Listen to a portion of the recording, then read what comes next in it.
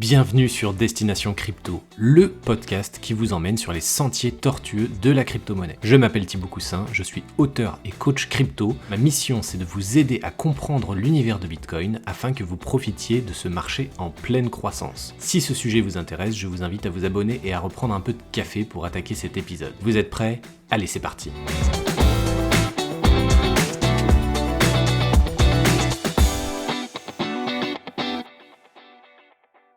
Avant de démarrer l'interview, je tiens à vous préciser que cet échange est sponsorisé. Maintenant que tout est clair, on lance tout de suite l'interview.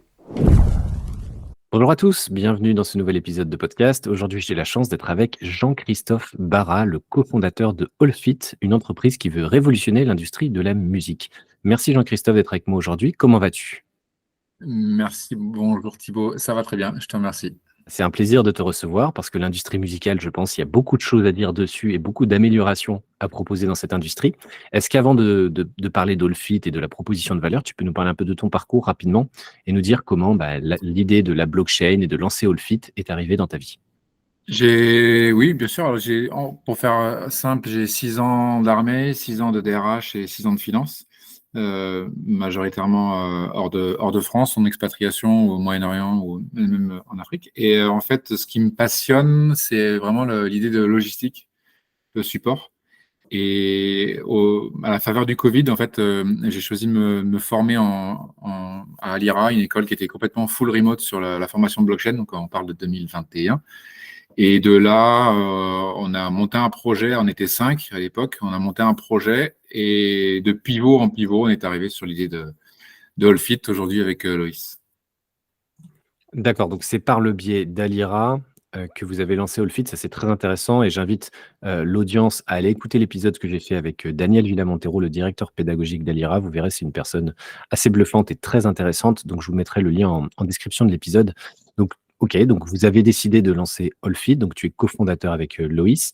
Est-ce que tu peux me rappeler quelle est la proposition de valeur d'Allfit ? Qu'est-ce que vous voulez améliorer au sein de l'industrie musicale ? L'idée était de créer un réseau qui interconnecte, alors un réseau sécurisé, qui interconnecte tous les projets digitaux de musique de façon sécurisée, cryptée et décentralisée. Voilà, c'est ça le principe de base de Allfit. Loïs s'occupant de la partie tech et architecture et je m'occupe de la partie admin et légale. D'accord. Et donc, quand on dit proposer une plateforme pour à ce niveau-là, je vois que sur Oui, votre site internet, il y a à la fois Allfit, Allfit Foundation et Allfit Labs. Est-ce que tu peux nous oui, décrire rapidement chaque partie ? oui, tout à fait. Alors en fait, le tronc central, donc c'est allfit.com pour parler du site internet. C'est l'espace sur lequel en fait on va avoir le plus de vues. Et l'idée, c'est qu'en fait de là, on est une synthèse de ce qu'est Allfit et l'écosystème Allfit. Et ensuite, derrière, on a la fondation, donc la blockchain, qui est basée à Zug, en Suisse, comme le sont aujourd'hui quasiment tous les Layer 1, en tout cas une grande partie, puisqu'on a Ethereum, on a Cardano, enfin tout le monde est là-bas. Et de l'autre côté, il y a Allfit Labs, nous, qui sommes basés, donc l'enregistrement est à Montpellier, et nous, on produit on crée, on apporte des produits et des services pour la blockchain. Mais demain matin, on pourrait avoir plein de labs, comme ça se passe sur d'autres blockchains, plein de labs qui créent de nouvelles solutions. Nous, aujourd'hui, Allfit Labs, on crée des solutions de biens et de services pour la blockchain Allfit basée en Suisse. D'accord, ok. Et vous êtes parti de quel constat dans l'industrie musicale ? Oui, il manquait des outils, il manquait un lien entre les artistes et leur public. De quoi vous êtes parti en fait pour trouver cette idée et puis lancer Allfit ? La réflexion initiale était de réfléchir d'abord l'approche était d'essayer de trouver quelle industrie pouvait avoir une douleur ou un problème dans ce domaine-là. Donc, le premier sujet, enfin, le postulat déjà, c'était de dire que toutes les industries à terme auront soit un écosystème de blockchain, soit une blockchain dédiée, mais qui résoudra un certain nombre de cas d'usage liés au secteur pur. Typiquement, dans le retail, je sais pas, dans le bio, dans le transport maritime, chez les notaires, voilà, à chaque fois, il y a des cas d'usage dans la finance, Avalanche, voilà, à chaque fois, en fait, il y a des blockchains qui s'orientent sur des typologies d'industrie. Pourquoi? Parce qu'en fait, la problématique, elle est plus de savoir quelle tech on utilise, mais quelle industrie va utiliser cette tech. Donc ça, c'était le posture. Ensuite, on a analysé les industries. La première qui venait, c'était la finance. Donc moi, je suis dans l'écosystème crypto depuis quasiment 2013, 2012-13. Et en fait, la finance, bon, c'est bon, on laisse tomber. Il y a des très, très gros, des très, très lourds derrière, donc on oublie. Ensuite, il y avait l'immobilier. On le voit actuellement, c'est la grande hype. Tout le monde parle de tokenisation immobilière, mais sauf qu'en fait, la tokenisation immobilière, je la fais courte. En gros, c'est de la SCPI, et puis ça existait à peu près déjà. Et puis, depuis 3 à 4 ans, en fait, tout le monde commençait à réfléchir là. J'ai dit, bon, allez, enfin, on a décidé que non. Et en fait, la musique est l'industrie qui est la plus digitalisée, puisque donc il y a un très bon rapport de Goldman Sachs de 2023 et qui donne une prospective de 2023 à 2030. En gros, la musique, c'est 154 milliards de market cap pour en plus le ticketing de 72 milliards. Donc voilà, il y a des datas qui sont là, il y a des experts qui sont là, il y a une industrie complètement digitalisée. On le voit d'ailleurs avec le sujet de l'IA. Bon, ben on s'est dit, pourquoi pas avancer sur le sujet. Le gros point, on voulait que cette blockchain soit complètement open source. C'est-à-dire que il fallait absolument que n'importe qui puisse venir créer son propre projet, créer son idée, son POC, qui fonctionne ou pas. Mais en fait, on voulait impérativement avoir un espèce d'énorme laboratoire et que ce laboratoire puisse être dédié à l'industrie musicale. Donc, potentiellement, demain, des gens qui soient, par exemple, dans la régulation du droit, enfin, pardon, dans la régulation des droits d'auteur, dans l'industrie au sens des labels, au sens des majors, au sens de n'importe qui, des artistes ou du lambda, puissent, par exemple, contrôler des nœuds, puissent être acteurs, puissent proposer des solutions. Voilà. D'accord, c'est très intéressant tout ça. Effectivement, je pense qu'il y a un peu moins d'acteurs qui sont dans ce domaine-là de l'industrie musicale comparé à l'immobilier, comparé à la finance, comme tu l'as mentionné. C'est très intéressant. Et votre blockchain, votre protocole, votre système, vraiment la solution que vous proposez, Oui. est-ce qu'elle a mis en place des outils? Et j'imagine, derrière ma question, c'est que vous avez dû étudier les processus qu'il y a derrière toute cette industrie musicale, que ce soit du professionnel au particulier qui écoute, aux fans qui écoutent. Et donc, j'imagine qu'en partant des processus, vous avez pu intégrer peut-être des outils ou des procédés qui automatisent certains traitements ou des choses comme ça? Oui, tout à fait. Alors, la réflexion, toujours pareil, nous, on crée une infrastructure, une route qui va relier les villages, les ponts, une ville, un appartement, une maison, les immeubles. Donc, nous, on crée vraiment l'infrastructure. Après, tout ce qui est projet de musique, donc ces fameuses villages, villes, bourgs, immeubles, tout ça, c'est des projets de musique qui sont créés. Donc, ça peut être, par exemple, bon, on pense tous au stream, mais il n'y a pas que ça. Donc, il y a le stream, le crowdfunding, la partie ticketing, la partie VP Access, donc la relation fan to fan. Voilà, il y a un certain nombre, par exemple, la vente de catalogue. Voilà, il y a un certain nombre de sujets qui sont liés proprement à la musique, intrinsèques à l'industrie musicale. Et on considère qu'en fait, on a considéré qu'on pourrait en fait rassembler tous ces projets plutôt que de les avoir de façon dispersée, les mettre sur une grande infrastructure. Et oui, on a analysé toutes les solutions qui existaient. On a considéré que, en fait, l'idée de base, qu'on ferait un protocole complètement open source, donc architecturé par Loïs, complètement open source, et qui intègre en fait la solution Polkadot et Cosmos en layer 0 et qui autorise Ethereum puisqu'en fait, historiquement, beaucoup de projets se sont créés il y a 2 ou 3 ans. Donc, en fait, il fallait absolument créer une traction là-dessus. Et ben, ça pourrait être bénéfique. Pourquoi? En fait, plus personne aujourd'hui, quand on va sur un moteur de recherche, sans donner de nom, mais on peut avoir Brave, on peut avoir Google, on peut en avoir d'autres, plus personne ne se pose la question, qu'est-ce qui est codé derrière? Tout ce qu'on veut, c'est quand on tape l'info, on veut avoir l'info. Allfit, c'est la même chose.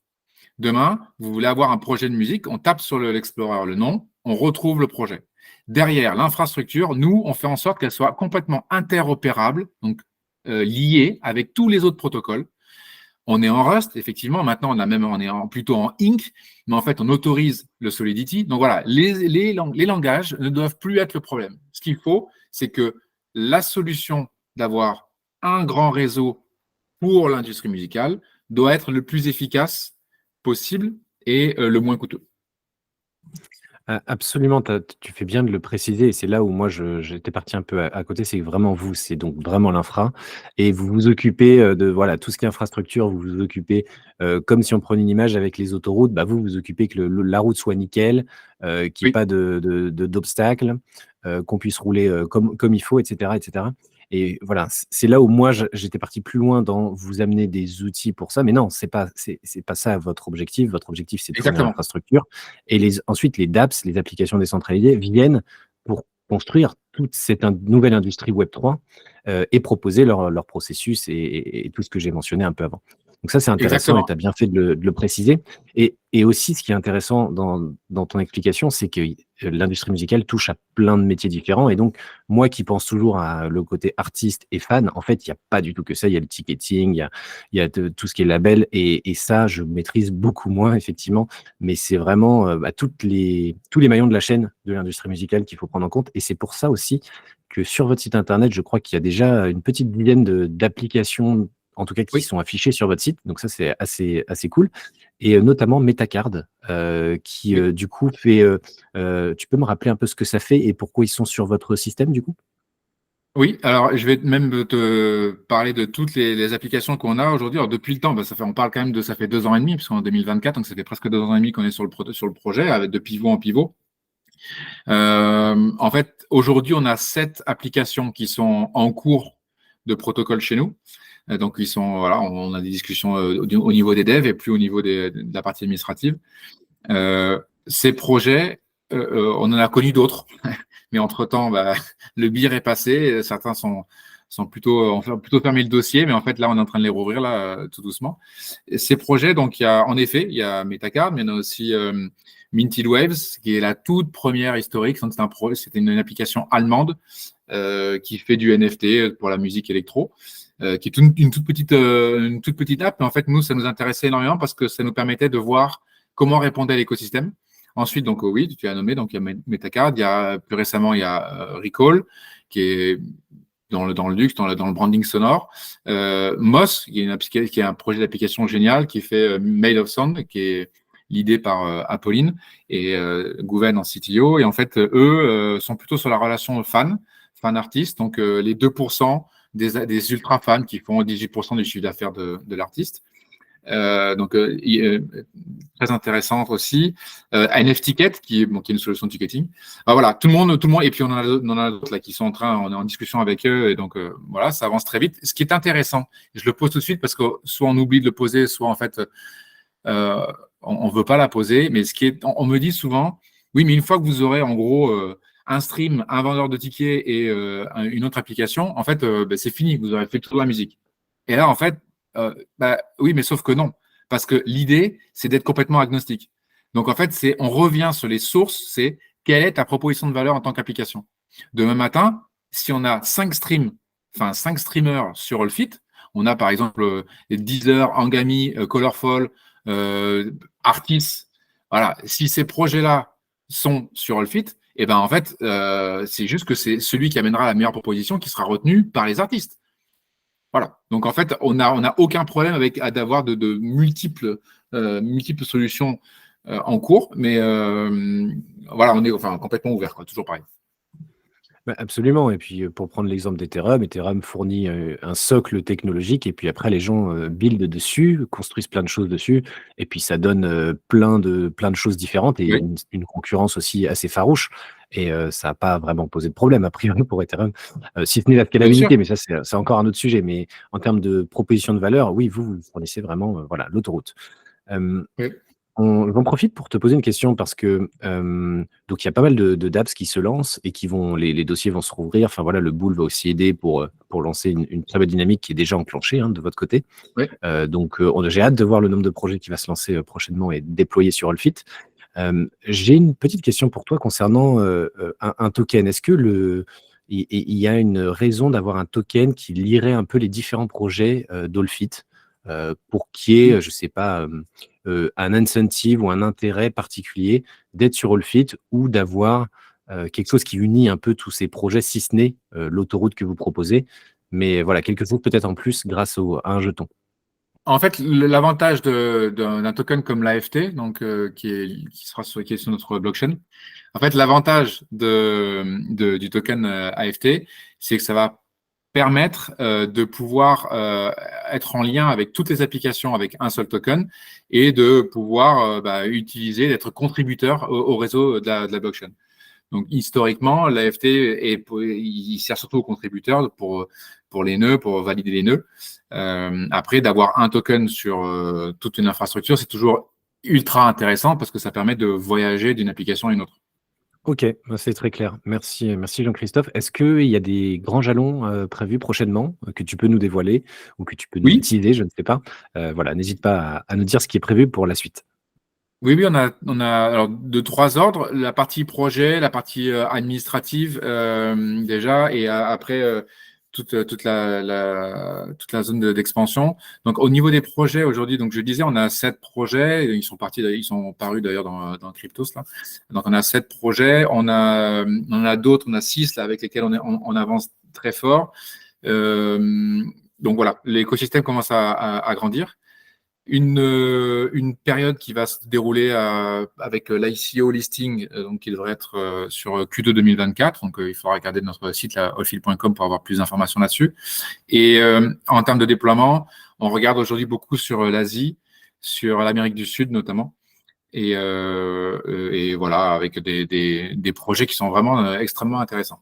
Et notamment en Afrique, oui, en Afrique aussi, de très très beaux projets. On a un beau projet à Abidjan. Bon, voilà, on attend de voir. Ça, c'est quelque chose que j'avais pas en tête. Donc, vous vous exportez vraiment à l'étranger. Il y a une vraie stratégie d'attaquer des marchés internationaux et africains, asiatiques, etc. Ça, c'est intéressant aussi. Bien sûr, dès le début, on discutait, on a très rapidement discuté avec l'international. Alors, pour 2 raisons, de façon complètement transparente. La première, donc, on existe depuis, enfin, en gros, l'idée est réfléchie depuis 2021. En septembre 2023, on avait 37 clauses de confidentialité. Donc, tu te doutes bien que toutes les structures en France qui comptent, on a discuté avec elles. Tous les gens Web3, soit on les a rencontrés en meeting officiel, soit on les a rencontrés de façon officieuse, mais en fait, tout le monde nous connaissait. Et après, là, on s'est dit, ben, OK, maintenant que c'est bon, allons-y. Donc, par exemple, à Berlin, à Rome, au Portugal, les collecteurs de droits, les labels, tous, on les a tous rencontrés. Et puis, en fait, on a eu des opportunités. Donc, par exemple, en Australie, au Cambodge, parce qu'en fait, il y a plein de. Au Vietnam, pardon, parce qu'il y a plein de développeurs là-bas au Vietnam. On a eu des opportunités en Corée, on a eu une réflexion avec le Canada, parce que les États-Unis ont les 3 grandes majors, mais le Canada ont un énorme réseau indépendant. Et puis surtout, la zone LATAM, en Amérique du Sud, où là, en fait, on a eu des contacts extrêmement rapidement. Et donc, voilà, on a des contacts sur zone et notamment une application au Puerto Rico là, qui est plutôt pas mal et qui est en train d'essayer de se protocoliser chez nous, quoi. Intéressant, oui. J'avais pas conscience de cette notion internationale, donc ça va être très intéressant. Et voilà, le marché de la musique, c'est tellement beau de voir tous les styles musicaux et d'aller Ah s'exporter bah oui. dans différents pays. C'est ça qui en fait aussi la force. En tout Et cas, puis là, en fait, juste, pardon, l'intérêt aussi d'avoir une blockchain qui soit ancrée en Suisse, donc ancrée sur une fondation, nous permet d'avoir un board de 8 personnes qui soit complètement international.